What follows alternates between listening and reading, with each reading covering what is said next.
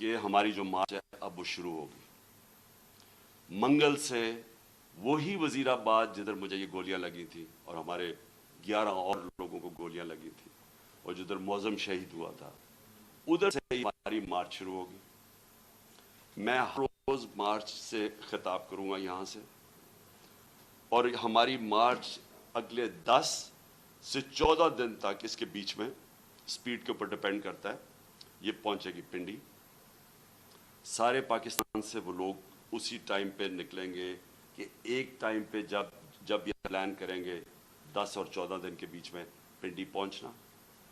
میں پنڈی خود ہوں گا, اور ادھر سے سارے پاکستان کی جو لوگ جمع ہوں گے اس مارچ کو پھر میں لیڈ کروں گا.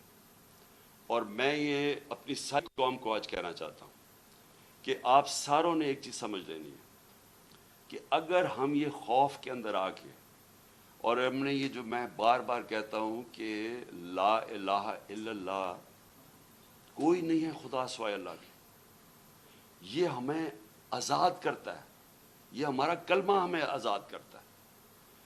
آپ جس وقت کسی سے ڈر کے اپنی آزادی کمپرومائز کریں گے, اپنے ضمیر کا سودا کریں گے, میری نظر میں وہ شرک ہے. یہ ساری قوم کے لیے ہمیں اب اس وقت سب کو یہ اپنا خوف ہٹانا چاہیے اور بتانا چاہیے کہ ہم انسان ہیں, ہم بھیڑ بکریاں نہیں ہیں.